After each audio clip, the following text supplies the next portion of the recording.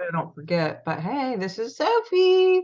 Oh, Everybody, oh, she's gonna be hi, shy. How Are you Sophie. cute. gonna be shy? Oh, hi, Sophie. Adorable. How cute. Oh, She How is the cute. sweetest She's thing. adorable. Okay, let's mute. I mute. Oh, baby. Oh, well, I had to jump through a lot of hoops to get here. well, we're glad you made it for sure. Oh, I am so happy to be here. I realize now I cannot miss this.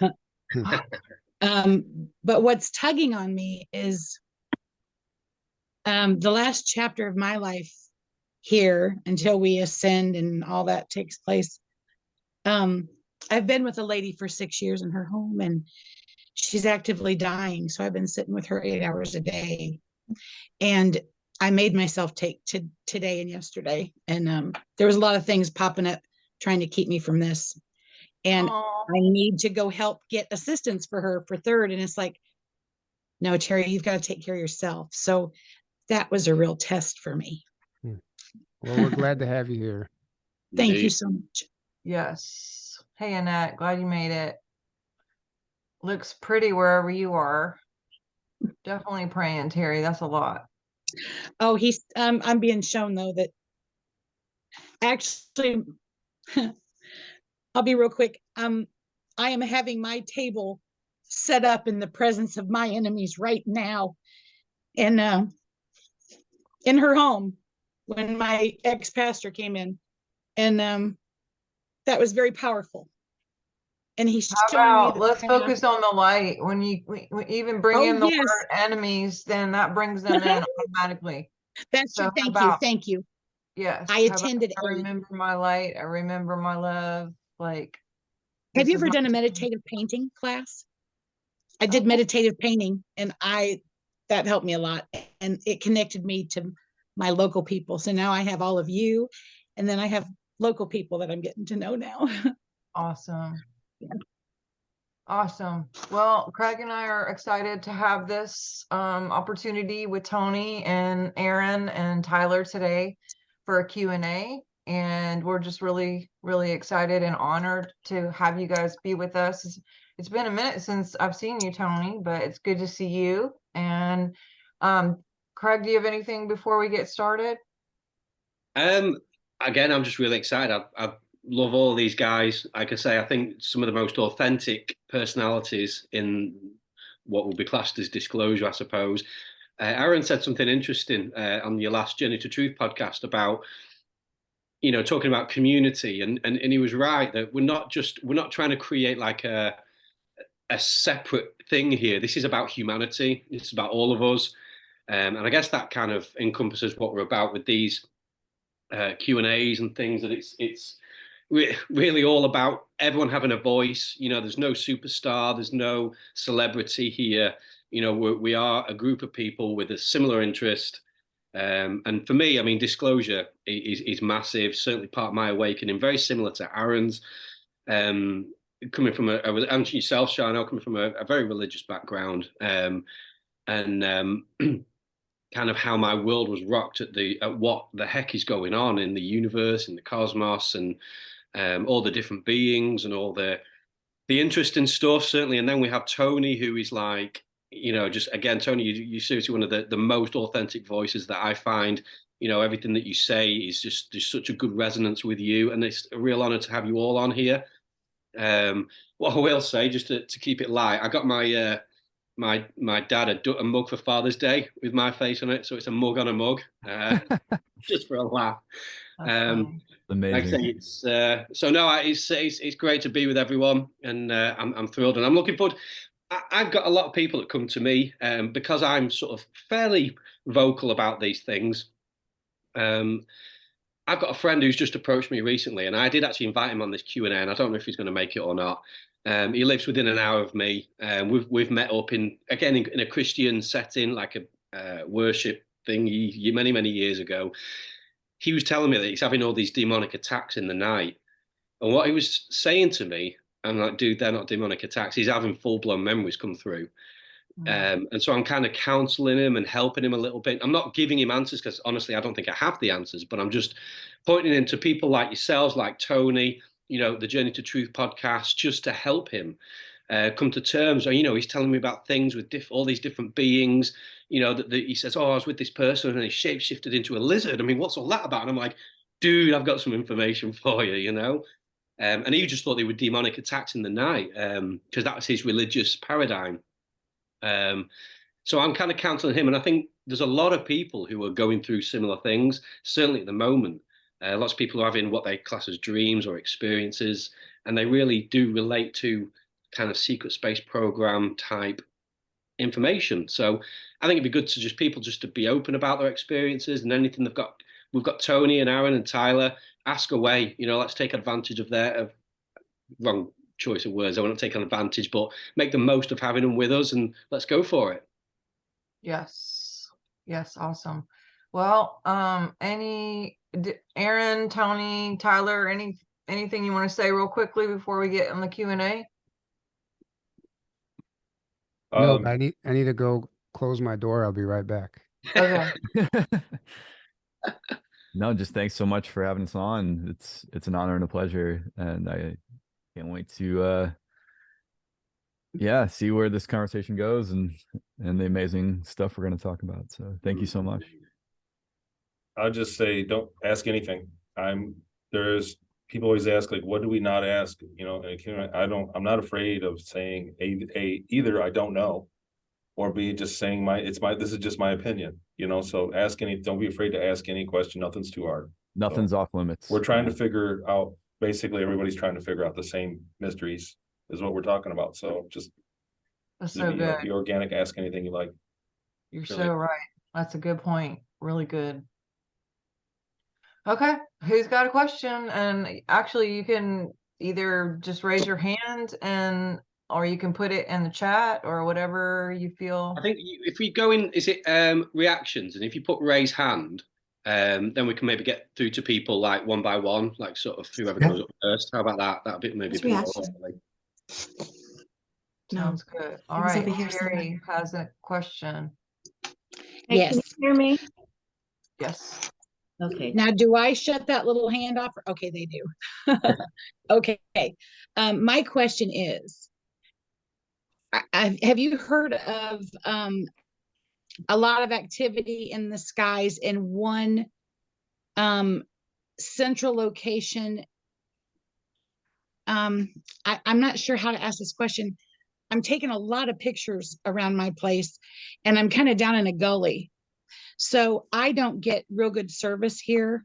But I have a lot going on in the sky here, and a lot of strange activity too. Like, it doesn't matter what time of day I leave, there's like a white truck or a van parked down at the substation 2 miles south of me. And I don't know it. And they seem like maybe they could be a robot. Is that a crazy question? I don't know if that's even a question, but Yeah. I think nothing is as it seems. Our entire infrastructure, everything has a double meaning.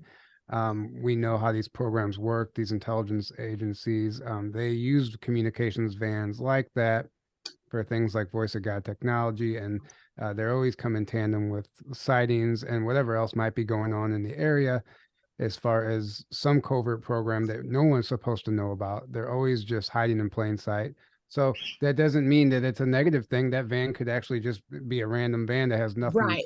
to do with anything. Almost everywhere right now is a hot spot, in my opinion. I don't think there's one person on this panel that isn't having crazy stuff in the skies and just weird anomalies and stuff, which I think is beautiful because it's a sign of the times. We're transitioning and it doesn't look pretty. It's a mess. Especially in the political arena, nobody knows what to think or believe. They're melting the whole financial system. But at the same time, I think these ET, our friends, are showing up. I feel that it's my galactic family. I do. And Very I just possible. recently, yeah. Probably is. Now, about a year ago, I quit watching television 7 years ago. My husband still does. And I called him out one evening because there was something in the sky that was there for me. and he saw it too. I said, come out here and look at this. And back then I was really angry at the government. So I thought it was them, but now I don't think so. And they've gotten closer and they've put on some shows for me, but I'm getting a lot of pictures on film that I don't necessarily see with my naked eye. And it's almost every picture. And today I found one and I asked my husband, I said, what is this? And he said, that's a phoenix. And I said, a phoenix? I said, is there phoenixes around now? And would they be in Indiana? And he said, what are you talking about? And I said, I took this picture of the sky. And he said, you weren't taking it of that? And I said, no, but when I zoomed in, I said, this is what's there. So he's seeing things too. It's not just me. I'm not nuts. And it is very exciting.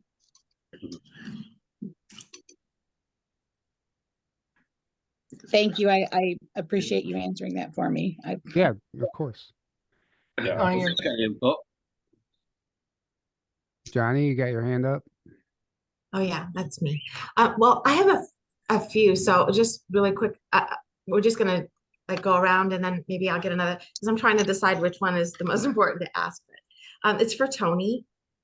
Tony, I was just wondering, how do you feel that your experience has affected you spiritually? Like, do you feel like there's because we've seen some people that have been in secret space programs and stuff, and it doesn't appear like they have any kind of a spiritual practice, or they're not speaking about that publicly anyway. So I was just wondering, did you feel affected spiritually in any way with the experiences you went through?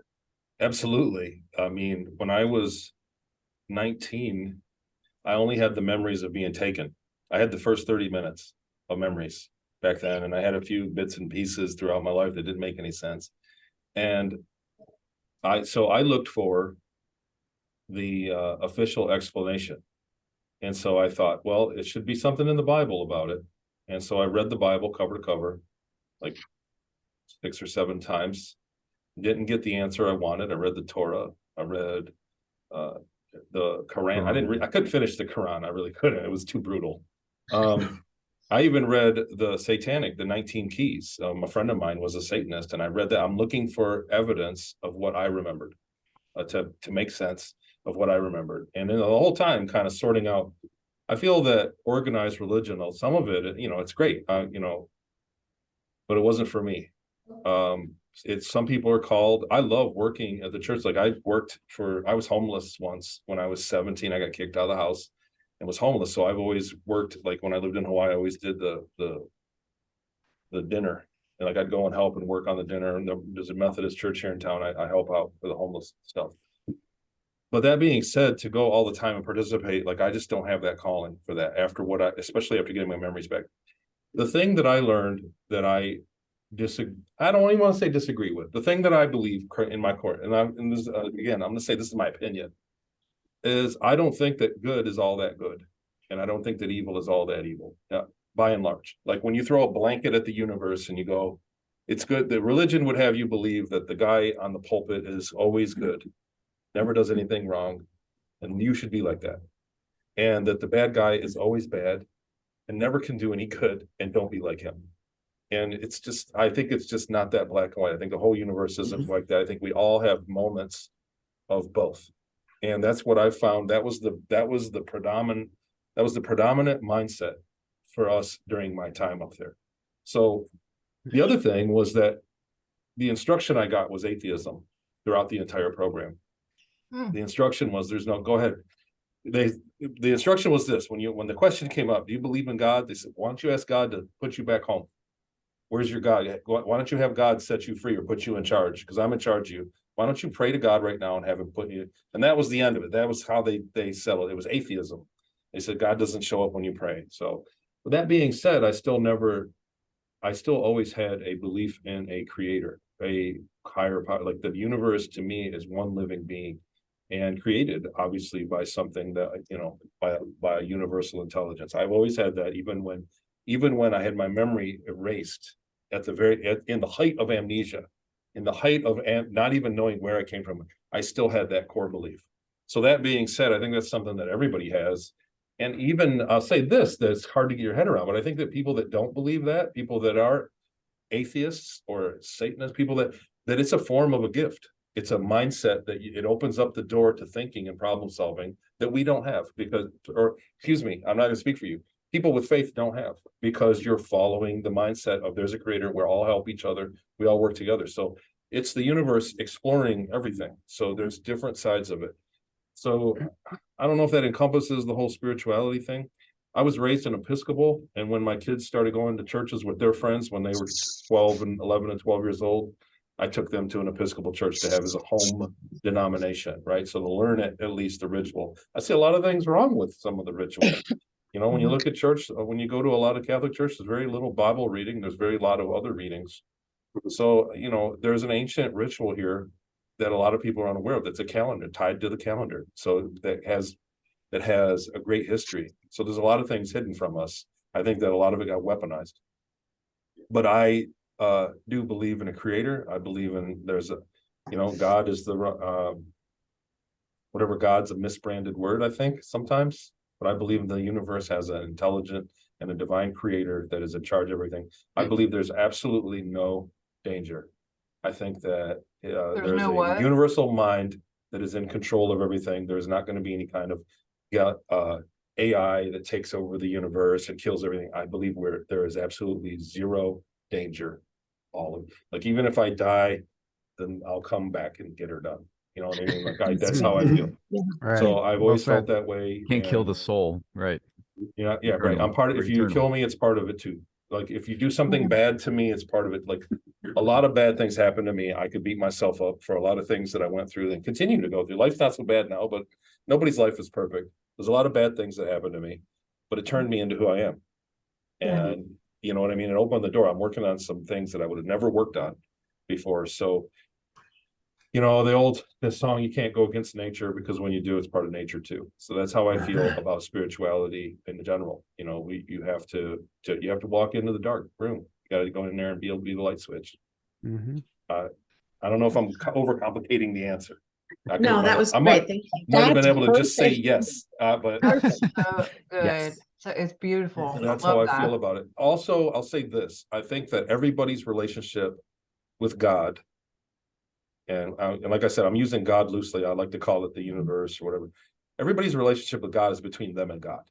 Yeah. So in your reckoning, when you die, I always, it's a big deal to me, the last minutes of life that we all are going to have. We're all going to have statistically, unless you get vaporized, you're going to get 2 to 3 minutes of consciousness where you're fully aware that your life has ended.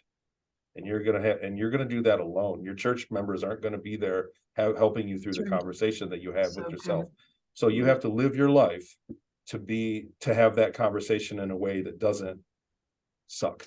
Like I think about all the decisions I make, everything I do, because there's no way to go through life without pissing people off. This is not. Sure. And I think about all of that stuff, and I go, what my reasoning that, you know, financial decisions are, does it put food on the table? No, probably can't afford it. Right. So does it put food on the table? I afford it. But in that last bit of life, am I going to regret this when I'm laying there, when my life is flashing before me? Am I going to regret what I just did? And if the answer is yes, then you need to go make it right. And if the answer is no, then you did the right thing and move on. And that's my spirituality in a nutshell. It's about reconciling my last 5 minutes of life with me, because I remember living it. They put me through a looking glass tech, and I lived it. I realized that moment is your final moments are the most important ones of your whole entire life, because you're going to see your whole life.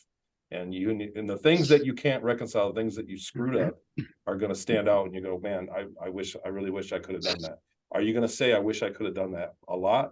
Or are you going to say it over a few things? And that's my spirituality. Like I said this on the other Journey to Truth, I'm worrying about my yard, not the volcano. I'm just going to worry about my yard. I can't help what the volcano does. The mountain's going to do what the mountain does. It's bigger than me. I don't have a say in it. My yard is those 5 minutes. The volcano is everything else is going to the Vatican and all the wars and everything. That's the volcano. I don't have a say in that. I do my thing. I have a nice yard. That's all I got to worry about. Oh, Tony, that's very deep. That is I'm done, man. I'm done. Beautifully I said. needed that myself. Thank you. That Tony. answer was way too scripted. It was too perfect. Super I think you're controlled opposite. Well, that you know what? that was beautiful. That was great. Yeah. Yeah. I spent a lot of time thinking about that stuff. Like I spent my whole life trying to unpack what in the part of my language, but what in the fuck happened to me? I spent my whole life like, what the hell just happened? You know what I mean? Like that was really where my mind was throughout my teens and 20s. I wasn't thinking about making a career for myself because I was totally damaged. I had a totally gaping hole in my spirit, in my everything. You know what I mean? I was in love with a girl that didn't exist. You're right, that I didn't know, like, what happened. I was an adult for a minute and now I'm a kid, and I was like lost. So spirituality was the question, and have I found the answer? No, I've just coped with the question. I've just found the best coping way of the question. So the answer, to say that Tyler, the answer is scripted, it's like I've been working on it for like 30 years. No, You know what I'm saying? Like trying to sort out what happened. And so I'm funny, and I never get asked spiritual stuff that often. I even went on a church podcast, and there was a little bit of talking about Jesus, but that they didn't really want to hear my take on it. So it's I think so. It's maybe the first time I've been asked. We're open to that. Yeah. Very well put. And I'm of the opinion that, how many people are there on the planet? What, nearly 8 billion?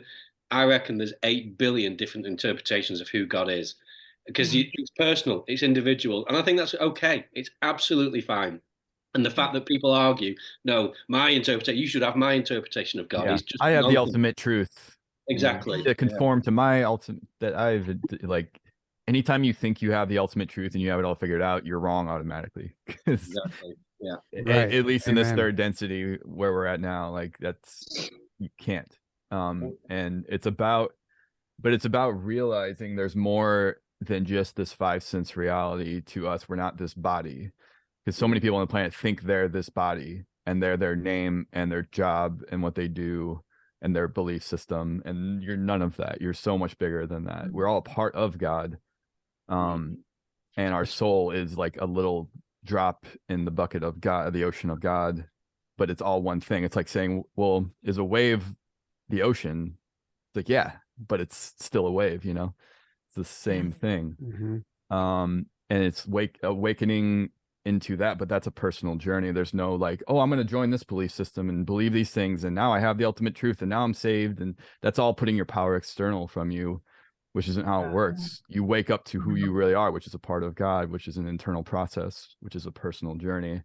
And then you come together, you find the others that are on that level, and then we come together, and that's how further growth and expansion happens. And it's not about trying to figure out the truth mentally only. Your mind is a servant to what your heart will know, and what whenever to add, piggyback off what you said, whenever you said you find the others, I think it's more of an attraction. When you get to that point, you start attracting that, magnetically pulling those people into your life. Right.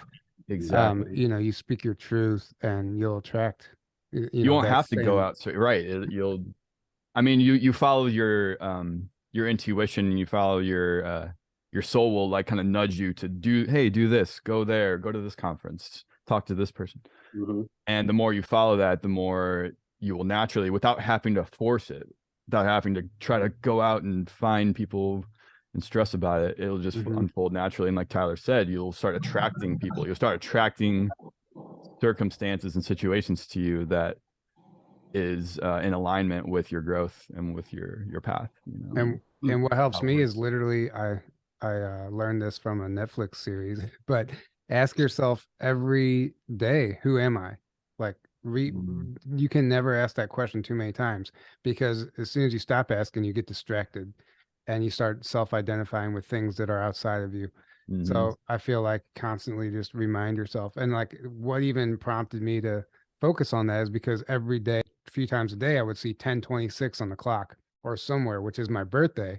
And when I finally looked it up, that was one of the descriptions that came up was, remember who you are.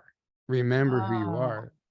So, and it still continuously shows up every day. And I don't think that's by accident. I think it's to remind me every day to ask myself that question, who am I? And remember who I am and what I'm doing here. Like Aaron said, it's not what we think. We attach our identity to our job and all this other stuff. But you ask somebody on the street, like, what do you do?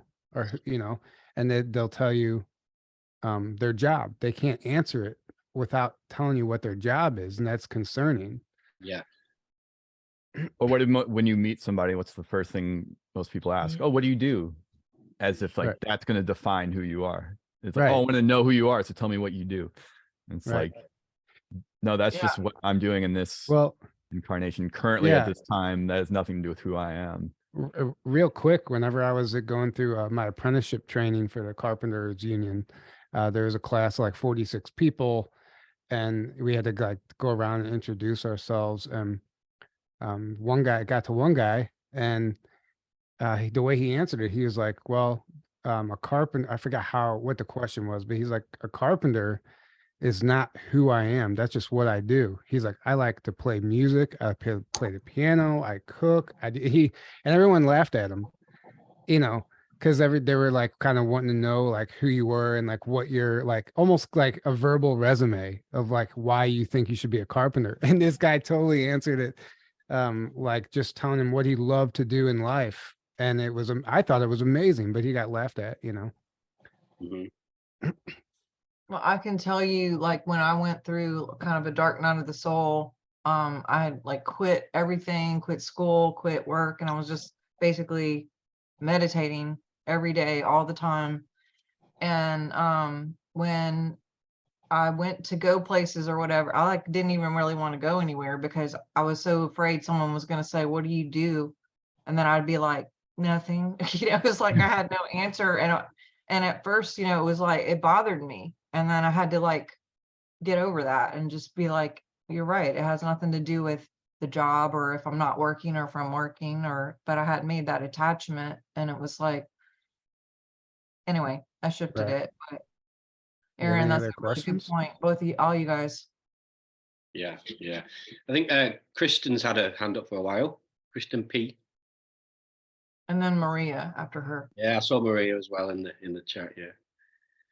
You all were answering the question. I was enjoying the dialogue. My question is to all of you: how many of you find religious services of any type positive? Because right now I'm struggling with some of my spirituality, but I'm also finding that for me, I'm finding the things like, for me, I really found God when I got sober in AA, like almost 18 years ago. And so, for me, finding God again after religion was used in an abusive manner for me was very hard. And now I feel like I'm searching for something more or bigger, but I'm feeling like maybe religious services aren't what I need to be doing. And so I was kind of like, I'll chime in on that. I feel like a religious service, if you want to put it that way, like everything, this is something Aaron says, everything is a stepping stone. You're never supposed to just stay in one place. You're not just going to find that church or that religious service and then that's it. Like our soul is always craving more, no matter what. So that's natural to be what you're going through. So allow whatever's serving you at the time. If it's serving you, then that's great. But that's a personal thing. There's no across the board, like no one should ever go to a religious service or everyone should. That's not a thing. It's where you're at the time. If it's uplifting you, if it's serving you, if you're getting a lot out of it, if you're connecting with people there, that's beautiful and that's amazing. Right. If not, if it's not serving you and you feel like you have to kind of lower yourself down and it's a burden feeling, I would say it's time for you to not and find something else. Right. May I say something? I didn't like it when people would tell me when I was faithfully going, to services every week, and I was even preaching at one point. But people would say, well, I'm not as religious as you. See, I don't, God doesn't like a religious spirit is what I was taught. And I said, I like to be called spiritual. I'm a spiritual person. There's a big difference between spirituality and that religious spirit. And oh yeah, my friend that I'm helping right now, trying to walk her home, I had to teach her something. And I'm being shown I'm her last job and she's mine. And I'm not going to be helping people die and go home. I'm going to help them live, and I'm going to get my healing center going. But when you embrace that spirituality, there's different stages to it. And part of that stage was being in church. But my other friend taught me I had to fall in love with my dark side as well, is what he told me. But I was still really religious then, the spirit. And I didn't see it. I wanted to be spiritual, not religious. And some of that religious thought came off on me anyway. And he said, you've got to love that dark side. And I said, Shane. And he said, what? I said, I'm a Christian. And he said, so you got a damn dark side and you got to love it. And I have found that dark side, and I have learned to love it. You got to love it all. Right. All of it. Yeah. Right. Exactly. Right. I feel like go ahead.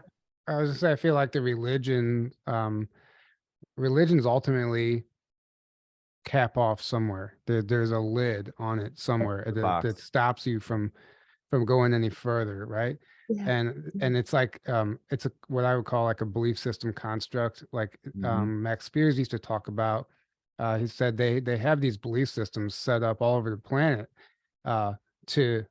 as thought prisons to keep you held down. And as long they don't care which one you pick and choose to believe in, as long as you give your power away to one of them, they're happy.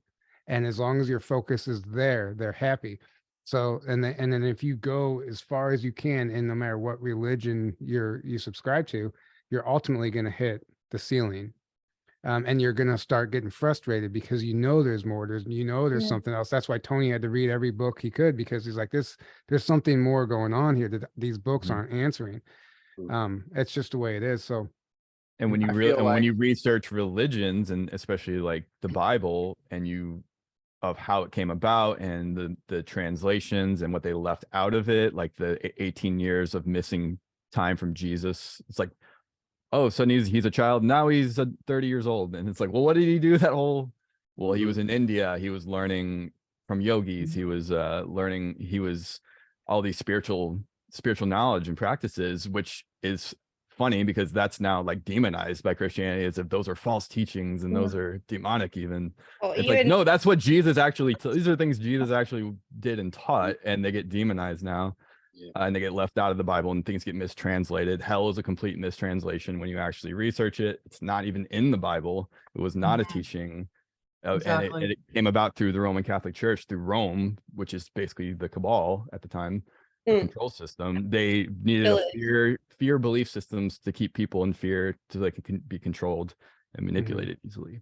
So they're like, oh, you don't want to go to hell for all eternity. You have to be saved. And that's where that whole Jesus did not get that by paying us money.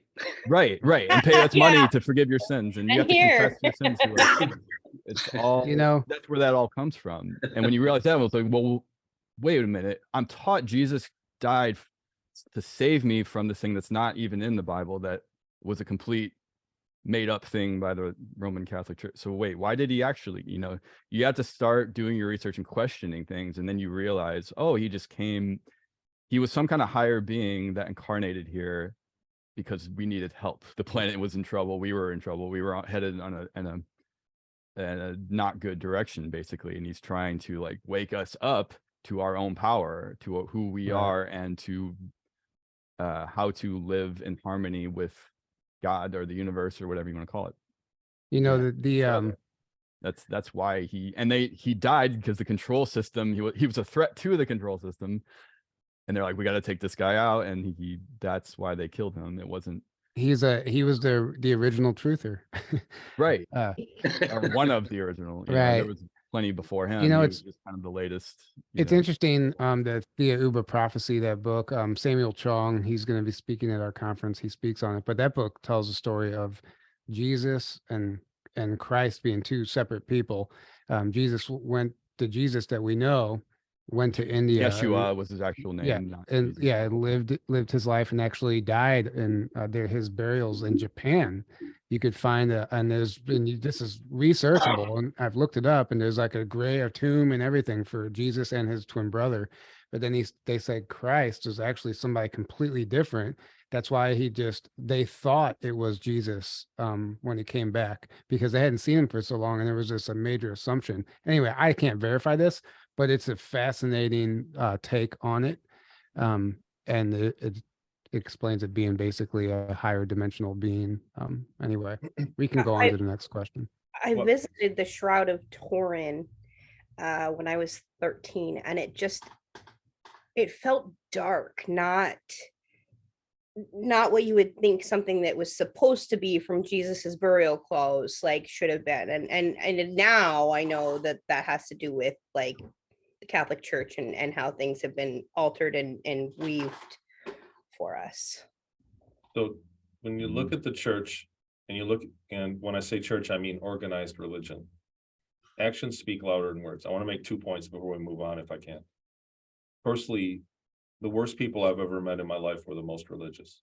Mhm. Like the most narcissistic, psychopathic, absolutely dog, you know what I mean? Just crap of people. The worst people I've met were putting 20 hours a week into the church.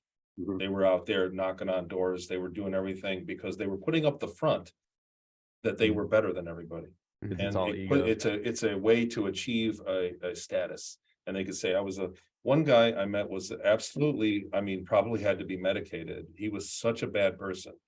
And, you know, the thing is, he was somebody that kept moving because he could only live somewhere for 6 months before he eventually victimized everybody around him.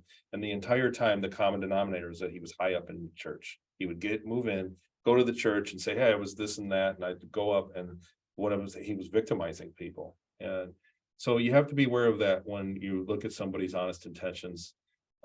Time always has a way of telling on people that have bad intentions, for one. For two, I want to say, when you look at the Catholic Church and the ritual that they do as a whole, I said this, I pointed this out a long time ago because I was trying to figure out the satanic rituals that I had witnessed when I was kept in Seattle that didn't make any sense, but were very mirrored a lot of the communion ritual. And so I started doing research, and what Christianity really did. When you get down to brass tacks, you say, well, what was the effect of it after Rome, after all that happened? Was that everywhere that Christianity went afterward, the fish and the guys, it was a secret outlawed religion for a long time. Everywhere it went, it stamped out ritual human sacrifice. So the core of the Jesus, the entire time when he was done, they said, Jesus, are we going to eat you at the Last Supper? Should we eat you? Because this was the practice back then. And I didn't believe it. And I was like, I started reading. Everybody globally practiced ritual human sacrifice where they didn't eat the enemies, they ate their loved ones. The Scottish, the American Indians, the Hawaiians, the Filipinos, everybody.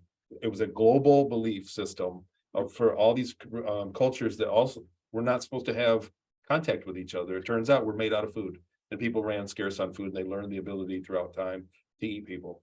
So everywhere that Christianity went, they said, Jesus said, no, you'll eat of my body and drink of my blood. It's bread. You eat the bread and think of me, and drink the wine and think, don't eat people no more. Stop doing that. And that's what was the result of Christianity. So that was the result. And the elites are still doing it.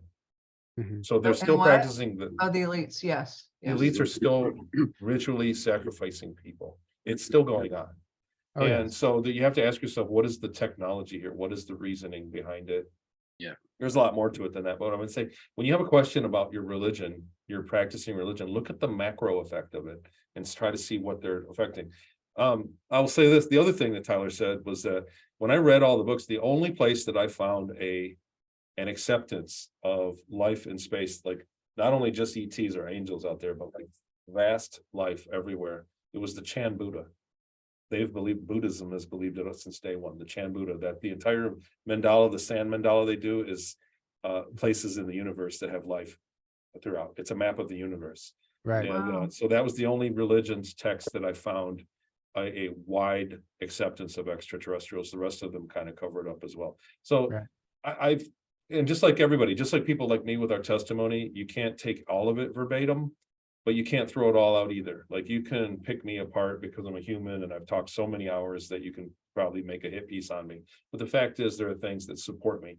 And it's the same with religion. So there are things that you can pick apart from the behavior of people, but there are things in religions that you can't get rid of. And so I was always looking for the common denominator. And they all said this. This is the other thing that I concluded. This was what made me quit reading religious texts. What was the common denominator between all of them? Even the satanic one, they all had one virtue. This is Christianity, the Bible, the Quran, the Torah, all of it. Tell the truth. It said only the truth, only the truthful soul comes into heaven. People that are deceptive, it's deception that is what is the worst sin. Tell the truth. That was the common denominator, all of them. If you go read, prove me wrong, but just be truthful, because if you can't be truthful, you can't even be truthful to yourself. You're like basically a worthless person. If somebody that's constantly lying all the time is basically not great for society, and you're not even good to yourself. You're lying to yourself. That's true, because yeah, exactly. People, you don't even know sometimes when you're lying to yourself. And that's when you have to check yourself every day, because we tell ourselves these stories to justify maybe a toxic behavior or something that we did or whatever it is. And we create these narratives in our head, and we tell ourselves these stories, and we attach our identity to that story, and also oftentimes even play the victim to that. But you're not being honest with yourself. That's part of this whole awakening and doing the shadow work. It's like, okay, like I'm preaching this, but am I living in integrity? Like I need to look at myself. How am I living my life? What am I doing every day? If there was a camera on me at all times and then I was forced to watch that video, would I be proud of myself? And most people probably wouldn't be, and I'm not saying that for everybody, but make sure that you're honest with yourself. Before we move on to the next question, I just wanted to make a point about this. As a part of my awakening as well to kind of the religion, I don't know if anyone's heard of a guy called Bill Schnoebelen. Wow. Bill who? Bill Schnoebelen. It's like Schnoebelen or something. He was a massive. He was. He tells his testimony. It's like a 5-hour YouTube video out there where he spills all. He was a 33rd degree Freemason. He says if there was something evil, he got into it. He was into every manner of occultism. He was a practicing vampire, werewolf. He shapeshifted. You name it, he's done it. And he spoke about his experiences in the sort of satanic church. He was in an astral experience, taken to the moons of Saturn, met Lucifer, he's put his thumb in his pineal gland, and he's still got a scar on his head to this day. Really interesting story. Had a conversion experience and converted to Christianity, got rid of all that, and he's like a preacher now, essentially. But I bring him up because when he was in the satanic church, by their hierarchy, they were actively encouraged to join the church and infiltrate it.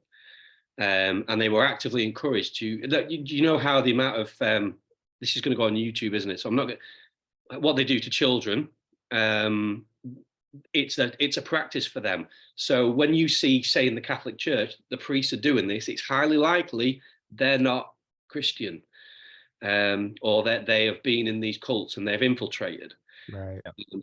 Very fascinating stuff, so they will come in, because what he says is that the Catholic religion is so close to satanic practices with blood drinking, flesh eating, all this kind of stuff.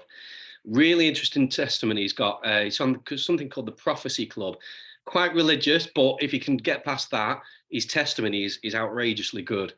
Fascinating and interesting, and that was a part of my awakening to realizing this stuff was going on. So I just wanted to make that point before we move on to the next question. Right. So can I just ask a quick question to Tony? When you're talking about Wait, we have Maria coming up first. It's okay. This was just a comment and just a timeline thing that he said about the Last Supper. So you're saying, as far as like if you were to have a timeline, the Last Supper like stamped out, or there was a message sent to the globe to everybody everywhere that. No, it took time. Well, no, right, but that was when it started. But before, Yeah, go ahead. At the end, they asked Jesus, the disciples are sitting there, and the question came up, and it's in some Bibles, it's clear, and some it's not. Some versions of the Bible, they say it, what do we do with you? Like, what do you want us to eat you? That whole conversation, Right. everybody does the communion and doesn't really appreciate it for what it is. The communion is the replacing of actual his body and his blood. That was the custom. That was the custom, that when somebody, That's grandpa what I died, right? So that was the custom before. Everybody did Yeah, ritual human sacrifice to get part. He said, no, you'll know that no more. From now on, you'll break bread. And the bread is my body, and drink wine. He's like, why wouldn't you? I mean, please, when I die, have a drink on me, please. If I die publicly and you know about it, go and have a beer or whatever you like, and say, Tony, that was great. I was in the Zoom with Tony once. And you know what I'm saying? Like, that's what everybody would want. So he said, no, have wine. That's my blood and bread, because the actual satanic ritual or the actual Scottish or pagan ritual, which it was mostly, was to kill them and then divvy them up, and everybody got some of the body and some of the blood. And so this is a big thing that's erased from archaeology. It even goes deeper when you go back into the Phoenicians. There were global society, they were sailing far, and archaeologists are like, there's no way they could have sailed around the world, they didn't have food. But my answer is they were Shanghaiing people, and they would make them paddle, and when the first guy that didn't want to paddle, they just kill him and eat it. He was dinner. They were eating people. We were made out of food. That's an And interesting. So at the Last Supper, Jesus said, no, stop it. That was when he said, stop with the rituals, you quit it. And everywhere, it took Christianity a very long time to proliferate, but pretty much everywhere it went, that was one of the core beliefs, was to quit sacrificing, quit eating people. And that's Right. so we live in the world today where that's already taken hold. But Right. like I said, the elites are still doing it. They're still doing it. So Well, there's a tech too, there. if you've ever watched any of the Viking movies, the whole Valhalla or I was gonna say Van Halen, that's not it. Let's Yeah. go to Van Halen. I got tickets. It's But they somewhere to would go. it was like a volunteer thing, like it was an honor event, Yes. so Die the most brutal death, basically, wasn't it? Yeah. Yeah. yeah. No, well, the sacrifice yourself. So they also so I've researched not a lot. There's still a lot of work to do, but I researched it. So even like the fall of Carthage is a big moment in ritual human sacrifice in the history books for the archaeologists. It was Carthage, it's now Tunisia. They outlawed it for like 200 years. It was the queen, I don't know if it was Queen Sheba, one of the queens said no more ritual human sacrifice. But when they were surrounded by the Roman troops and it was hopeless, the entire city was surrounded by the whole Roman legion. It was a siege for like 2 or 3 days, or for however long. It was a siege for many days. They started to sacrifice their children. And again, we're on YouTube, and this is going to go out there, but it's documented. So this is something that's documented in the archaeological record, that when they were absolutely desperate, they knew there was no way out from the city being sacked. It was the end of their entire existence. In the last 24 hours, they began to sacrifice their children and eat them.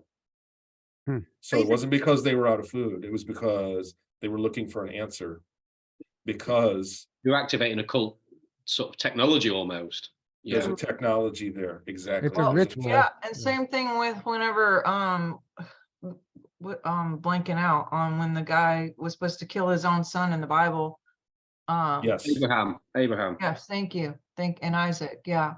So it's rough to talk about it, because you don't want somebody to get the wild idea and then be responsible for somebody doing something stupid out there. So I don't even like talking about it publicly, but the fact is that this is what they're doing. Mm-hmm. Okay. Awesome. We are quickly running out of time here. We can do Maria's question. Is there a reason we have to cut it off in an hour? We couldn't go longer? I have another call at 1. You guys are welcome to keep going. I just don't know how I'll turn it off. Oh, I see. Well, let's get to We the next usually only question. do an Yeah, let's hour. do the next one. Yeah. Yes, Maria. Okay, can you hear me? Yes. Okay, so my question is to do with like extra or non-terrestrial visitations. And if you all who have experience with these things, or more knowledge than I do, have noticed that things run in family lines. And the reason I'm asking is because, one, I live on a very active property. My husband and I are both very psychic also, you know, have a lot of giftings in that area. And we have a lot of experiences. But our family lineage also, mine goes all the way back to service directly with Washington in every war that has been fought in this country. And my husband and I both have very significant relatives that are historical that served Abraham Lincoln.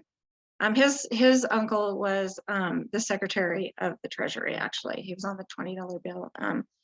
His name is Hugh McCulloch. Anyways, I'm just saying that to put a little bit of background and history out there because of the things my family is experiencing.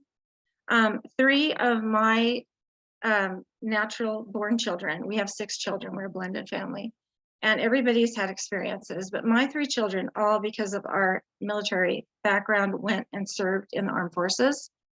And I had just listened a couple weeks ago to Laura Eisenhower talk. I can't remember the lady's name, and she was talking about how since, you know, the early 2000s, our military has been like experimenting and putting chips in people, and so, you know, all that. And then how that ties into even the ET stuff, because of what my kids are going through.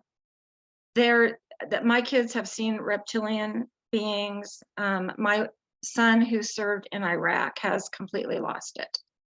He's lost it.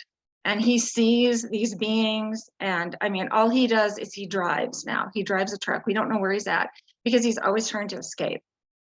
And from this. And then our youngest son also is also having similar experiences.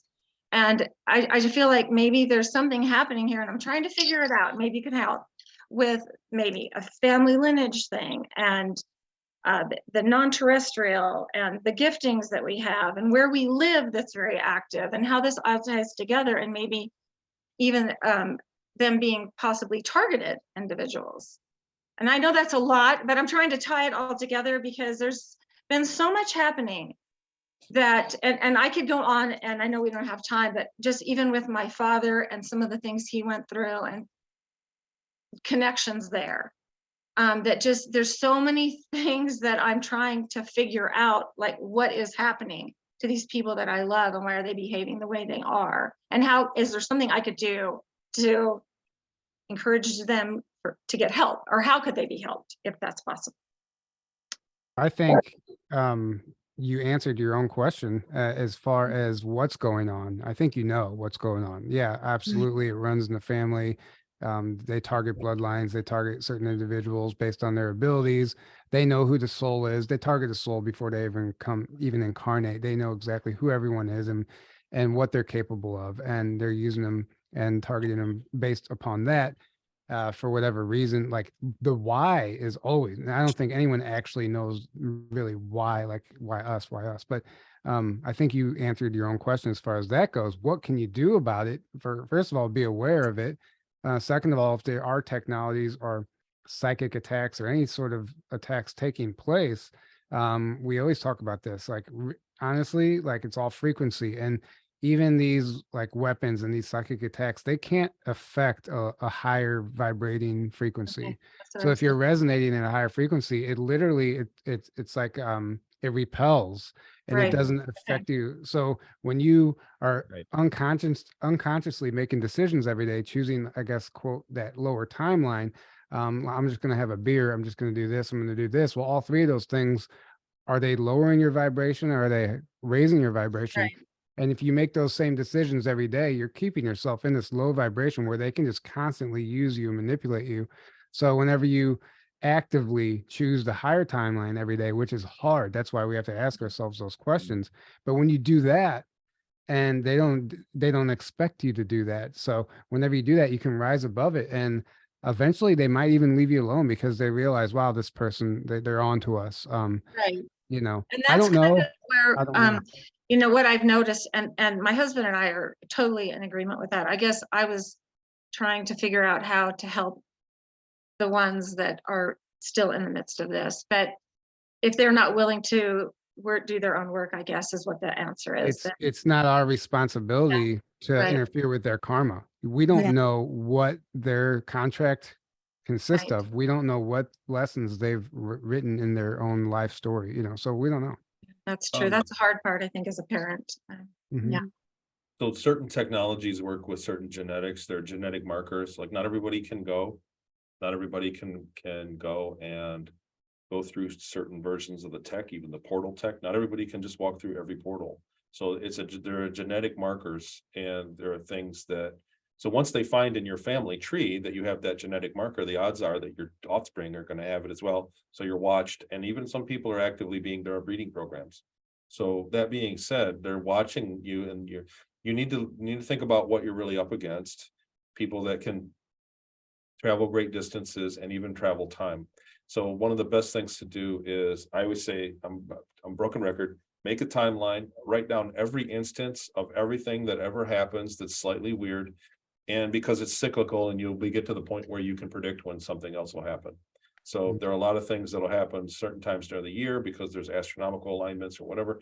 Like they look at the Earth and they go, well, okay, so the US is coming up at this time, we'll fly down, boom. And they get them, and they, you know, there are people that, I have a bottleneck of information coming out of my mouth right now, but what I'm saying is they're cyclical. They become, if you really look at it Yeah. as a timeline, it's not I've as seen- random. yeah. as you think I it have is. noticed that. I have noticed that. So write them down, and then at times when you're at a high probability for interference, protect yourself accordingly. Like really work on what Tyler's saying. And there, you know, there are other things. Everybody should be worrying about EMF these days, and Yeah. putting. Well, up I have things. noticed that in my healing practice, I constantly now, I protect the land that we're on, so that things don't happen to us. We're safe, you know. But it's just the others. That's why the bloodline thing, I felt like maybe there was something there. That's why my children are being, it seems like they're being targeted, to be honest. I don't know what else to call it. It's Sure, hard to absolutely. watch. You know, and I Absolutely. had it growing up, and I literally I knew it was not me. These things that were coming into me, even as a little child, it was like I came knowing this isn't me. This isn't me. I love God, and this is not God. And somehow, from a very young age, I could block that. But my children, even sharing it with them, they've decided to go very much into the religious mind, and not, you know, working on themselves. Yeah, you can't force anyone's hand. You can't force someone's awakening. I mean, it's the individual journey, and unfortunately, it's tough to stand by and watch when you see somebody falling on their face. But that's how they learn. Humans learn the hard way. Yeah. That's just the way it is. They learn And some fast people, that and way. some, right. I think, sorry, Tyler, you finish your thoughts. Yeah, go ahead. No. I was just going to say, I know that, you know, in my own research, my own personal experience as well, when it comes to secret societies, they are very, very interested in genetic lineage. And there is an expectation if someone is, say, for example, a Freemason, that their children will end up being it as well. And if they're not, they're like, well, why not? You know, so there is a deep knowledge of this kind of thing. But because my granddad was a Mason, and I don't know how high he got. He passed away before I could ever get to talk to him about it, but I know he's working with me now. I know he's helping me as a part of my team. He's dropping in a lot of things for me, research and stuff. Because what I found out was he left it. He said, you know, they are not honorable people, and he actually left, and it ended up killing him. But yeah, so I'm proud of that he did that. I mean, what a hero. But what that's done is that decision of his broke kind of that expectation off my dad, who is his son, and obviously me and my brother. And we are now a part of this. We're all waking up and going through this experience together. So my point is, you know, what you do will affect your genetic line. You know, and the best thing you can do is focus on your own healing, you know, getting your own inner work done, and it will have an impact on those around you, particularly those in your DNA lineage. Because if they know the power of DNA, and your children, just think about what you can do for the light and in yourself. You are still quantumly connected to them in a very special way. So that if I had to offer any advice from my own experience, is just, you know, pursue your own healing, and it will have an effect on your you know, your children and grandchildren for sure. That's a great point. Yes. Can I say a couple things? So one, we live in a universe, I truly believe, where nothing happens that's without meaning or random. So anytime anything is happening to you, what you need to ask is, what is this trying to teach me? What is this trying to show me? And we need to understand, like, anytime we think we're a victim to anything outside of us, that's not true, because we are incredibly powerful beings. And anytime things are happening to you that you think you're a victim and you're powerless to, I think that's trying to wake you up to your own power. And Test. yeah, because it's trying to show you where you need to heal, and it's trying to wake you up to your own power and who you really are. And once you do, then that's when the tables turn there. But it's kind of like suffering is necessary until it's not, you know. It's like you need the suffering to wake you up until you're at a level where then you don't need it anymore. It's not serving you anymore. Well, that's the same thing as like anything happening to you negative, it's serving you until you don't need it anymore. And two, we need to realize we live in a free will universe. So there is abundant help that surrounds us, but we need to ask for it, because we all have guides, and there are angels and divine beings, but they can't just step in and do things for us and help us without us asking, because then they're impeding on our free will. And they could be interfering with our lessons and our karma and the things we need to experience. So I would say tell him to start praying. That's true prayer. Like, start praying, start trying to connect with his guides or angels, and ask for divine help and protection and guidance, and saying, like, what is this trying to show me? Show me, you know, if this is happening to me for a reason, show me what it's trying to point me to that I need to heal or I need to learn. You know, also protect me from, you know, from these things, and they will respond to that. That's so true, because that happened to me just recently. I was going through something, and I forget to ask for help sometimes. And I finally, just like 2 days ago, it was something nothing major, but like I finally surrendered, and I was in the shower, and it's like, oh yeah, duh, like I'm not even like I need to ask, and I just put the intention out there, and then almost immediately something shifts energetically, something changes. And you just like, you know, you don't have to worry about it as much anymore. Now, I'm not saying that's going to work the same way for you or anyone else. It's going to be specific to the individual, but don't forget, Aaron's 100% right. Like, when I do finally remember just to surrender and give them permission, you'll see a change. Good reminder. I know that it's a really good reminder. I needed. We need to reprogram ourselves constantly. We're being bombarded every day with the programming so that we forget. And they know they repeat the lie over and over, because that's, you know, that's how it's effective. But we need to do the same exact thing for the stuff that we're trying to break free from. So you have to remind yourself. Somebody can tune into this and listen to it and hear what Aaron just said and be like, oh my God, it's amazing. Then as soon as they turn it off, they get distracted by life. And then they forget to ask, they forget to do it until they tune back into another interview where someone else says it, and they're reminded again. And that has to happen 100 times sometimes before we finally get the message, because as soon as we're not tuning into these type of videos, we're being programmed otherwise. Yeah. So it's a constant battle back and forth. I'm so glad that Aaron brought that up, and well, everybody, because Tyler, same thing happened to me. I was outside, and there was some stuff that is just like, and I finally just went outside, got a blanket, lay there, look up at the stars, and I thought, what do I do? And the thought came to me to ask for my ancestors and everyone who has gone before me to like step in and help in a situation.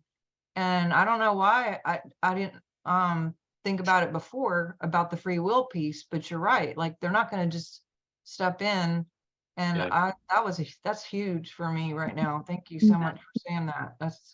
And they have a much greater perspective than we do in this third dimension. So it's also Yes. trusting that they can see things we can't. Like maybe I need to go through this at this time for my growth and for Function. lessons. Yeah, and I got an instant Impressive. thing too, just like Tyler said. It was like within minutes I had the response I was hoping for. And but going back to Maria too with the kids thing, what helps me as a scientist is I know that my cells are in my kids.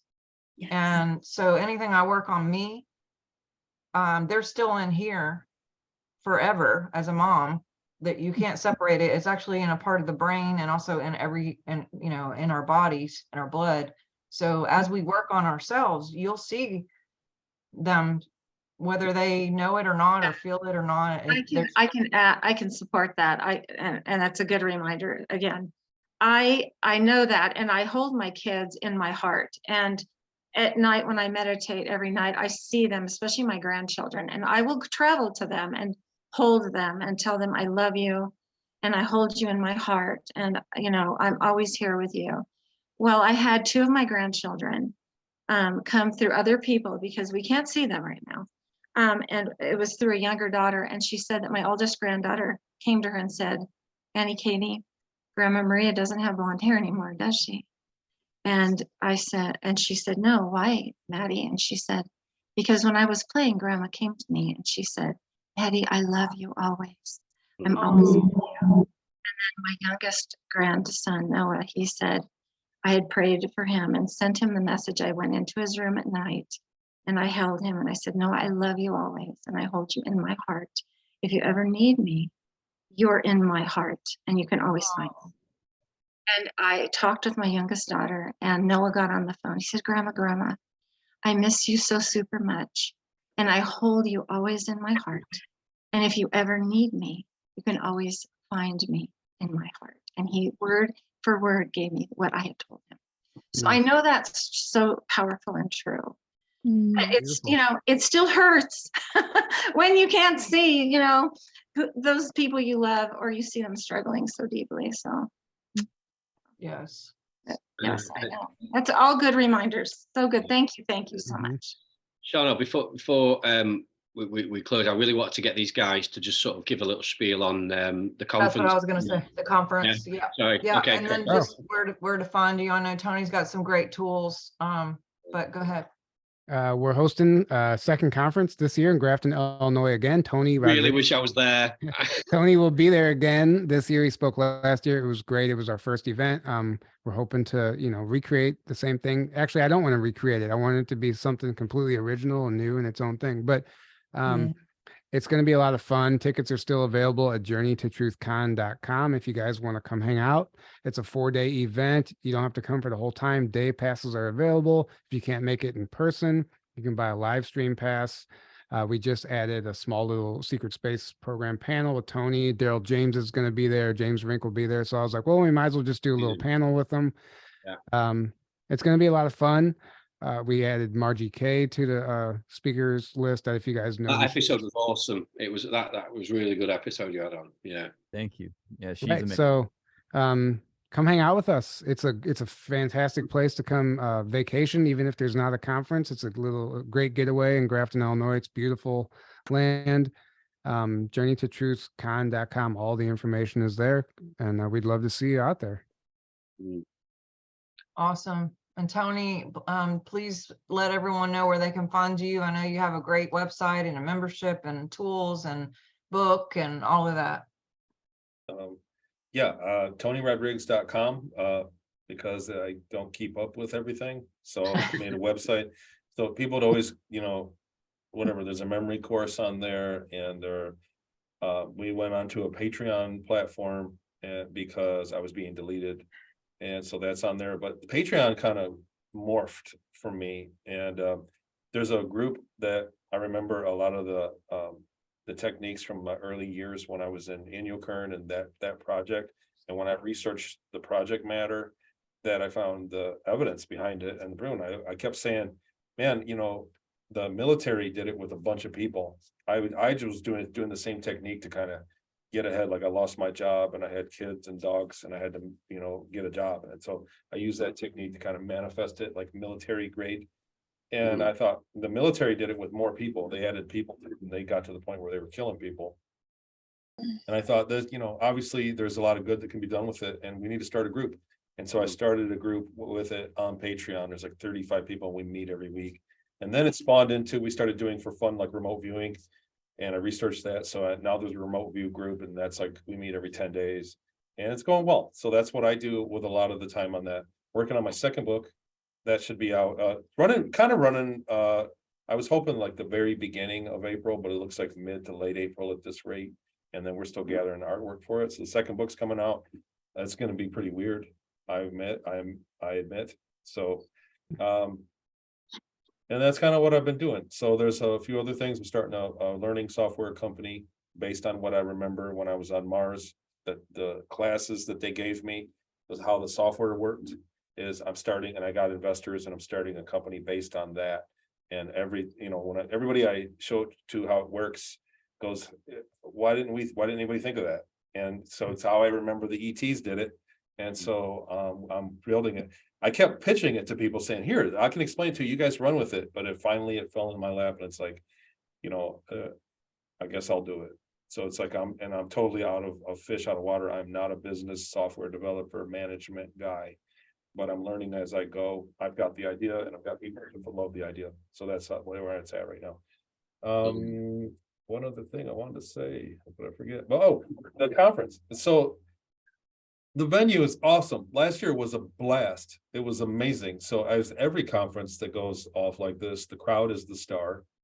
The superstar are the people in the crowd because you learn when you get to, and that's why this one is really awesome because of the meal plan. So there's big meals where everybody's out in the cafeteria and we all get to sit and talk to each other and you just learn tons. It's like so much crammed into it. 4 days is not enough. But it's a good conference and it was a really good feeling. Last year it was the first time that I got so much love from everybody. It was something I was like, wow, I couldn't believe the reception that I got there. And so I'm happy you're having me back, man. Well, I'm happy you're having me back. So, because this one has a different subject matter altogether. So I'm trying to roll out some new stuff and keep up for that. But the place in Grafton is amazing. It's later in May. Not in the beginning of May, so it's not going to be as cold. It should be fair weather. It should be beautiful. Hopefully the weather will be better this year. Yeah. I'm booked for like 3 or 4 this year, and this one is like, I can't wait. I'm very stoked to have this one. I hope you have it. If I don't speak next year, I'll probably still come. If you have it again next year, and I'm not a speaker, I'll probably still come and I'll work a booth or something. So awesome. Yeah. That's brilliant. Well, there's loads of questions that people still have, I've noticed. I don't know if you guys were up for it, if we could do this again sometime, Sharnael. I think that what you're offering, guys, a lot of people have questions and time restrictions. We couldn't get to them all, but if you guys are up for it, we'd love to have you back to do it again. Totally. That'd be fantastic. But yeah, Sharnael, thank you very much for hosting this. You were brilliant.